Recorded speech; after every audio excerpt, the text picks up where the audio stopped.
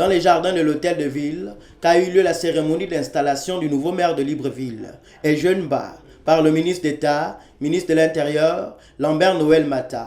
Dans son propos de circonstance, le nouvel édile de la capitale gabonaise a tenu à adresser ses vifs remerciements au président de la République, chef de l'État, son Excellence Ali Bongo Ondimba, en sa qualité de président du Parti démocratique gabonais, formation politique dont il est issu. Partant, le maire de Libreville, Ejeune-Ba, a décliné son programme d'action qui s'inscrit dans une vision générale avec l'ambition de faire de Libreville une ville écologique portée sur le développement durable. Ainsi, le maire ambitionne créer des espaces verts et des jardins publics, aménager des aires de repos avec des décors floraux, des bancs publics, assainir l'environnement urbain, débarrasser les voiries urbaines des crevasses et des nids de poules, amoindrir les sources de pollution et d'autres déchets de toutes sortes. C'est avec une réelle émotion et avec gravité que je prends la parole ce jour devant vous pour la première fois en tant que maire et président du conseil municipal de la commune de Libreville. Cette position privilégiée de premier magistrat de la capitale de notre pays, aussi nouvelle qu'inattendue pour ma modeste personne, découle tout d'abord de l'insigne honneur que m'a fait le président de la République, chef de l'État, son Excellence Ali Bongo Ondimba, notamment en sa qualité de président du Parti démocratique gabonais, formation politique dont je suis issu, en me choisissant comme candidat aux fonctions prestigieuses qui m'échoient désormais. C'est évidemment l'occasion, pour moi, de lui exprimer mes très sincères et déférents remerciements, ainsi que ma totale et pleine et entière reconnaissance pour cette attention exceptionnelle accordée aux militants, en réalité ordinaire, que je suis, parmi tant d'autres aux états de service et profils ô combien plus élogieux que les miens. Ma profonde gratitude s'adresse également à l'ensemble des conseillers municipaux qui m'ont porté au-delà des clivages et à la majorité absolue au gouvernail de notre si chère maison commune qu'est l'hôtel de ville de Libreville. À tous, à chacun et à chacune, je tiens à dire ici et maintenant que je tâcherai quotidiennement, au mieux de mes possibilités et avec abnégation, d'être digne et à la hauteur de leur confiance, et partant des attentes pressantes et multiples des populations de notre cité qui font face, comme nous le savons, à des difficultés multiples, multiformes et variées. Madame le Premier ministre, Monsieur le ministre d'État, Mesdames et Messieurs, chers responsables et agents municipaux, distingués invités, au-delà de la joie légitime qui m'habite, qu'il me soit aussi permis de souligner l'immense responsabilité historique qui constitue mon élection à la tête de cette institution dont l'existence actuelle est le fruit d'une longue marche à travers le temps. L'histoire de Libreville, capitale du Gabon, notre capitale, se présente à moi tel un livre passionnant, écrit patiemment et ardemment depuis 1956, année de son élection en commune de plein exercice. Cette trajectoire historique, cet ouvrage au chapitre captivant est toujours rédigé à l'encre de la liberté, valeur fondatrice de cette ville, subjugue par l'accumulation et le judicieux agencement des précieuses pierres apportées à l'œuvre de sa construction par chacun de mes illustres prédécesseurs. Aujourd'hui, alors que va dorénavant m'incomber au premier chef la lourde tâche de leur succéder, je ne peux m'exonérer d'avoir une pensée particulière pour les uns et les autres, tout en songeant et en rendant un vibrant hommage à leurs actions successives et respectives menées à la tête de l'hôtel de ville de Libreville depuis plus de 60 ans. À leur suite, me voici donc placé devant l'immense responsabilité de poursuivre le vaste et complexe chantier de la construction citoyenne et urbaine qu'ils ont entamé. Bien entendu, et comme par le passé, cette mission fondamentale ne peut s'accomplir et se mettre en œuvre que dans le strict respect de l'esprit républicain qui caractérise le fonctionnement de nos institutions. Mais en réalité, chers cadres et agents municipaux, ce mandat ne sera véritablement fructueux pour notre commune que si nous prenons tous conscience que le sacerdoce exaltant et renouvelé qu'il recèle dépend essentiellement de notre engagement individuel et collectif, notamment grâce à l'accomplissement consciencieux, précautionneux et quotidien de nos différents rôles. Aussi, face aux nombreux et redoutables enjeux qui sont les nôtres, me plaît-il d'en appeler à vous tous, afin de répondre efficacement et ensemble à l'exigence de prise de conscience nécessaire et indispensable qu'il nous impose. Car si nul ici-bas n'est maître du temps en général, le temps spécifique et long de l'histoire des villes, quant à lui, appartient aux hommes et femmes qui en sont les principaux artisans. Pour ma part, je sais d'ores et déjà compter sur l'éthique positive et constructive de notre conseil municipal, ainsi que sur le professionnalisme éprouvé de tous les autres acteurs compétents de notre collectivité locale, afin que les actions entreprises par le précédent bureau soient poursuivies, amplifiées, aux besoins et réadaptées au contexte du moment. Solidairement et avec foi inébranlable en l'avenir, nous devons toujours pouvoir compter sur les uns, sur les autres pour surmonter des obstacles qui ne manqueront pas d'entraver notre marche commune sur le chemin de la croissance et du progrès de notre cité. L'ampleur des problèmes à résoudre est parfois gigantesque. La lourdeur de la tâche sollicite de nous rigueur et responsabilité à toute épreuve. Ceci dit, et à mes yeux, il y a tout lieu d'espérer. Pour réussir ce nouveau challenge, il nous faudra modifier toutes les ressources disponibles. À la tête d'une équipe d'hommes et de femmes expérimentés, dévoués et déterminés, je nous sens la capacité et la compétence de relever les défis de notre temps, dans la limite de nos forces et des circonstances particulières connues ou à découvrir tout au long de notre aventure collective. Madame le Premier ministre, Monsieur le ministre d'État, Mesdames et Messieurs les membres du Conseil municipal, il n'aura nullement échappé à votre sagacité que mon arrivée à la présidence du Conseil municipal de Libreville est pour le moins insolite. En effet, elle intervient à mi-parcours d'un mandat déjà entamé et dans un contexte sanitaire sensible en raison de la pandémie à Covid-19 qui a encore cours dans notre pays. Ce contexte singulier nous exhorte à beaucoup de pondération et d'humilité dans nos attitudes et comportements. Pour exécuter notre feuille de route, nous ne disposons en réalité plus que de 3 années et quelques mois, au lieu des 5 ans qui sont la durée normale d'une mandature. C'est la même de permettre de conduire une action cohérente, efficace et pérenne. Il nous faut donc agir avec célérité, détermination et constance pour mobiliser de façon optimale les ressources financières nécessaires au financement des actions programmées, au besoin en exploitant toutes les opportunités susceptibles de favoriser leur aboutissement. Les dites actions visent essentiellement à renforcer la consistance urbaine, apte à promouvoir et impulser la modernité dans notre ville,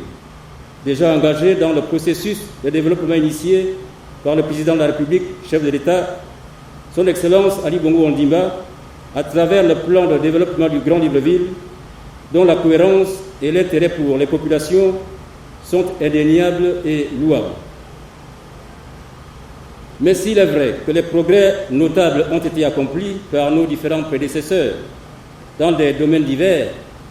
beaucoup reste néanmoins à envisager et à entreprendre, au regard des innombrables et urgentes attentes sociales et environnementales. Ainsi, notre plan d'action s'inscrit-il dans une vision générale et intégratrice, avec l'ambition de faire de Libreville une ville écologique portée sur le développement durable. La sauvegarde de la nature est devenu en effet un enjeu planétaire et crucial que l'engagement écologique de notre cité doit impérativement répondre à l'aspiration de nos concitoyens à vivre dans un environnement propice à leur épanouissement intégral. Notre commune dispose d'atouts naturels conséquents, tant au niveau du climat que de la végétation. Mais elle est confrontée à plusieurs handicaps que sont, entre autres, le surpeuplement des quartiers sous-intégrés, la dégradation du cadre de vie, les problèmes sociaux divers, le chômage et le sous-emploi. La plupart des problèmes environnementaux naissent des activités urbaines, production, consommation, air et eau, déchets solides et liquides, et j'en passe, qui ne demandent qu'une meilleure gestion,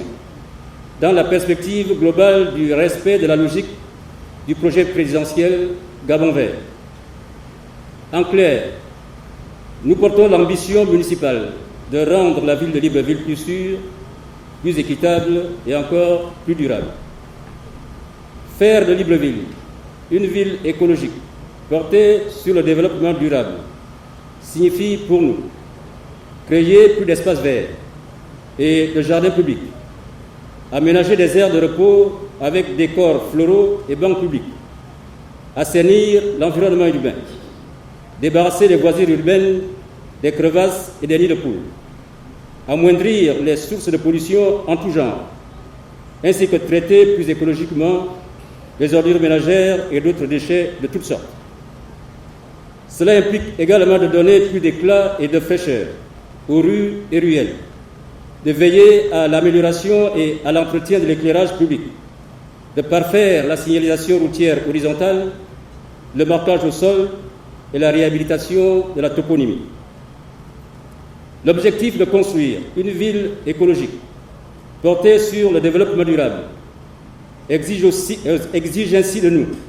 une gouvernance locale performante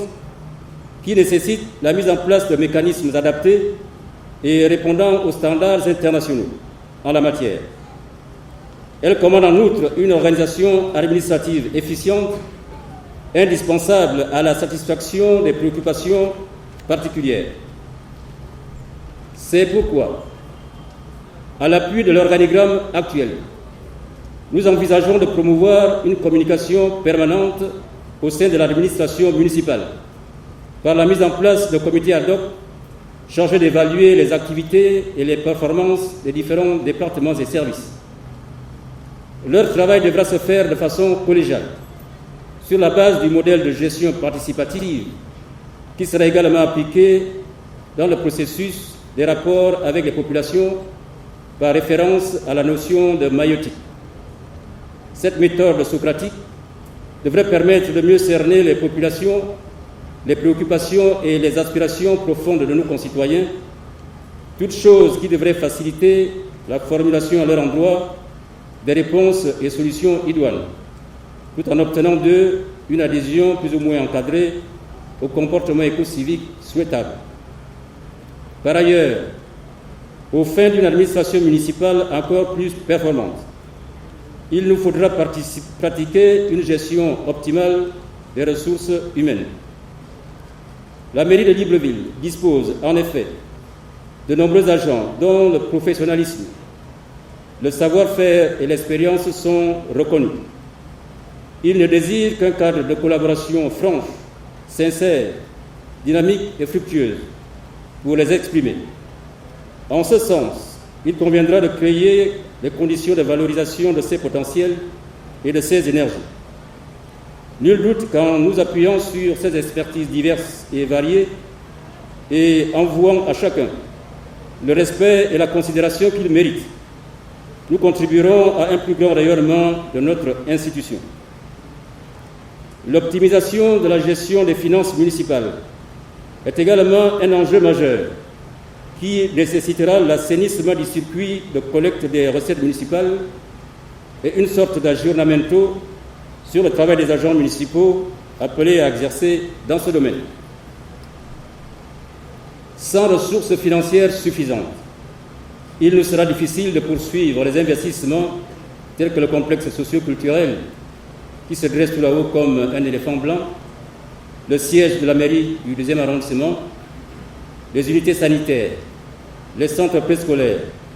les bibliothèques municipales de proximité, ainsi que les équipements sociaux collectifs tant attendus par nos populations. La poursuite de ces investissements est de la plus haute importance, dès lors que les équipements à mettre en place entraîneront la prospérité économique dont dépendent les performances de la ville. Il ne fait aucun doute dans ce domaine qu'une mise en œuvre plus dynamique de notre coopération décentralisée à travers le monde nous offrira les opportunités de financement pour certains de nos projets. À travers nos jumelages avec les villes étrangères, du Nord en particulier, notre affiliation à l'Association internationale des maires francophones, en abrégé AIMF, et notre adhésion à la conférence des gouvernements locaux unis, en abrégé CGLU, par exemple, nous pourrons bénéficier, plus que par le passé, de plusieurs financements, contributions et dons.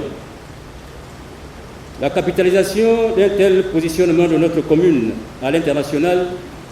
étant tributaire d'une meilleure organisation de nos services, une entité spéciale bien formée et équipée sera mise en place afin d'élaborer et de promouvoir des projets fiables et éligibles au financement des bailleurs de fonds internationaux. Madame le Premier ministre, Monsieur le ministre d'État, Mesdames et Messieurs, l'engagement de notre cité dans un processus du développement durable nous impose aussi de tenir compte des impératifs sociaux et environnementaux. Le chômage, qui frappe de plein fouet les jeunes, constitue une préoccupation majeure pour le premier magistrat de la ville de Libreville que je suis. À cet effet, une gestion plus rationnelle des ressources humaines devrait déboucher sur des opportunités d'embauche. C'est pourquoi notre administration s'attachera à traiter de manière judicieuse la question de la mise en retraite de nos agents avec la volonté constante d'en tirer des plus-values sur le plan social. En effet, la mise à la retraite effective des agents par la limite d'âge devrait permettre de libérer des emplois et favoriser le recrutement des jeunes, dont les profils et qualifications devront être plus adaptés aux exigences du rendement efficient. Dans le même temps, la dette due à la Caisse nationale de sécurité sociale devrait être progressivement apurée dans l'intérêt socio-sécuritaire de nos retraités du moment et de ceux à venir. D'autre part, un pan entier de notre politique de proximité sera consacré aux jeunes porteurs de projets fiables et à un appui aux associations et ONG qui mènent dans notre commune des activités favorables à la préservation de l'environnement. Parallèlement, l'action culturelle présentera un des moyens privilégiés pour préserver et affirmer notre identité locale, voire plus largement en vue de maintenir et développer les traditions qui sont aujourd'hui menacées par les évolutions quelquefois oppressantes de notre société. Madame le Premier ministre, Mesdames et Messieurs, dans le contexte de la lutte contre la propagation de la Covid-19, la commune de Libreville doit continuer à soutenir activement l'effort de mutualisation des moyens de lutte contre cette pandémie pour une plus grande efficacité de la riposte, conformément à l'appel à la mobilisation lancé par le président de la République, chef de l'État, son Excellence Ali Bongo Ondimba. Le partenariat avec l'UNICEF, dans le cadre du programme Ville Amis des enfants, qui permet aujourd'hui la fabrication d'un grand nombre de masques, devrait être renforcé en vue d'accroître les rendements, car, comme chacun le sait, les masques constituent un des maillons essentiels du dispositif des mesures barrières prescrites pour annihiler la propagation du coronavirus. Madame la Première ministre, Mesdames et Messieurs, d'autres actions trop nombreuses pour faire l'objet d'une présentation exhaustive seront dévoilées au grand public au fur et à mesure de notre cheminement. Elles viendront en complément des réponses déjà envisagées pour répondre aux attentes croissantes de nos concitoyens. Comme vous pouvez le constater, notre ambition à la tête du conseil municipal de Libreville s'inscrit dans une vision plus large de progrès. Par-delà l'exigence d'une gouvernance locale qui se veut oblative, l'assistance et l'accompagnement de notre double tutelle administrative et financière nous sera indispensable pour mettre en œuvre toutes ces actions durables. L'état actuel de notre commune, nécessite en effet une plus grande mobilisation. Non pas parce qu'il n'y aurait pas eu des évolutions appréciables durant ces dernières années, mais en raison du fait que la rapidité de la croissance urbaine a été telle qu'il n'a pas toujours été possible de combler le retard d'investissement dans de nombreux domaines. Les mesures décentralisatrices attendues devront nous accompagner pour produire des effets bénéfiques sur la vie quotidienne des citoyens. Notre équipe se doit à cet égard de donner le caractère prioritaire et urgent aux différents chantiers sensibles, selon une approche des niveaux distincts et complémentaires. C'est sur cette note d'espoir que je termine mon propos. Je réitère mes plus sincères remerciements et ma profonde gratitude à toutes celles et ceux qui ont contribué à mon élection aux hautes et singulières fonctions de maire de la commune de Libreville. Merci infiniment à tous. Que Dieu bénisse Libreville. Je vous remercie. Rappelons que l'intervention du maire Eugène Ba a été précédée par le discours de circonstance du maire Serge William Akasaga, maire intérimaire. Celui-ci a fait le bilan des 3 mois passés à la tête de l'hôtel de ville. Il s'agissait pour l'essentiel, en matière d'administration et de gestion de ressources humaines, de l'application rigoureuse des dispositions réglementaires décret 401 et du cadre organique transitoire arrêté 28.1 par l'adoption fort, opportune et urgente à la lumière du coût insoutenable de la note de service numéro 10/CL/CAB-ML du 21 septembre 2020 relative à la suspension à titre conservatoire des membres du cabinet du maire de Libreville,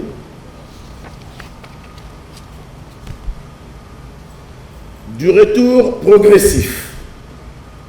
de certaines attributions régaliennes de la Direction générale du cadastre, de l'habitat, des aménagements urbains, des transports et des infrastructures urbaines, marginalement rétrocédées à l'inspection générale municipale. C'est le cas notamment de l'occupation du domaine public communal, de la gestion des sites de chargement et des déchargements, de l'installation du régisseur des cimetières à l'hôtel de ville pour une meilleure administration des fonds irrelatifs, de la réorganisation, opération des brigades de l'inspection générale municipale. À cet effet, organisation à l'hôtel de ville d'une communication de sensibilisation du procureur de la République sur la responsabilité personnelle et pénale des agents. La restructuration des ordres de mission qui circonscrivent désormais le périmètre d'intervention et en rouge l'objet spécifique de celle-ci. Le port obligatoire par les brigades d'une blouse bleue et d'un badge mettant en évidence le matricule de l'agent contrôleur pour une identification facile par l'opérateur économique et partant prévenir et ou dénoncer les éventuels abus.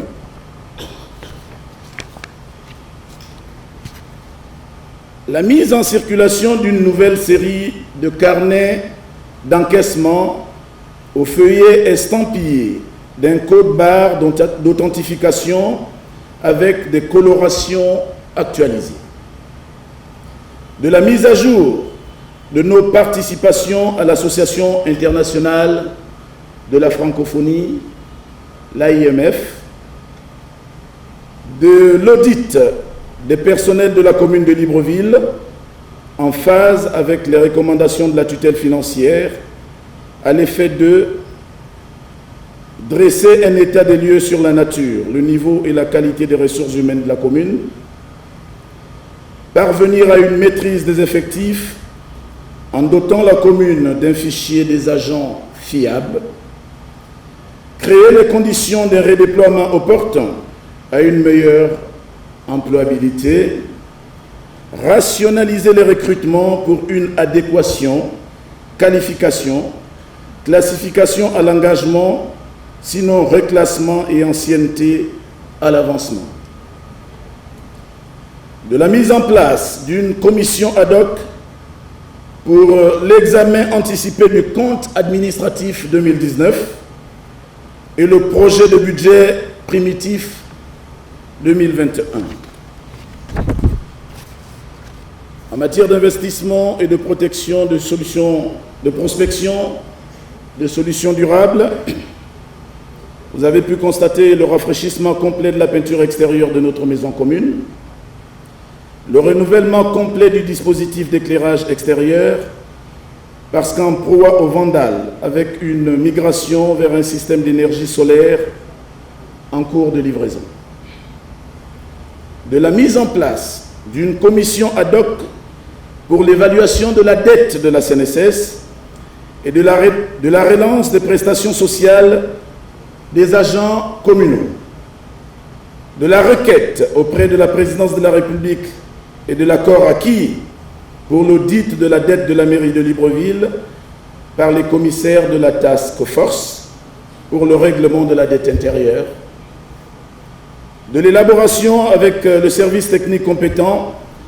d'un projet structurant pour la propriété et l'embellissement de la ville, englobant schéma directeur, sensibilisation, pré-collecte et collecte spécialisée,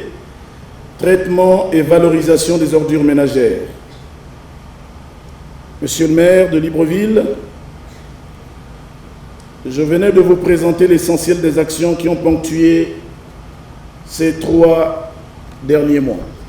C'est l'allocution du ministre d'État, ministre de l'Intérieur, qui a clôturé cette cérémonie. Le patron de la tutelle municipale a donné des orientations aux nouveaux locataires de l'hôtel de ville. Il faut souligner que cette cérémonie a été rehaussée par la présence des personnalités de la République, notamment le Premier ministre chef du gouvernement, Rose Christiane Osuka Raponda, le président du Sénat, Madame Lucie Milebou, Aubuisson épouse Mbutu, du président de l'Assemblée nationale, l'honorable Faustin Boukoubi, la gouverneure de la province de l'Estuaire, Madame Françoise Dikumba, des membres du gouvernement et les maires d'arrondissement.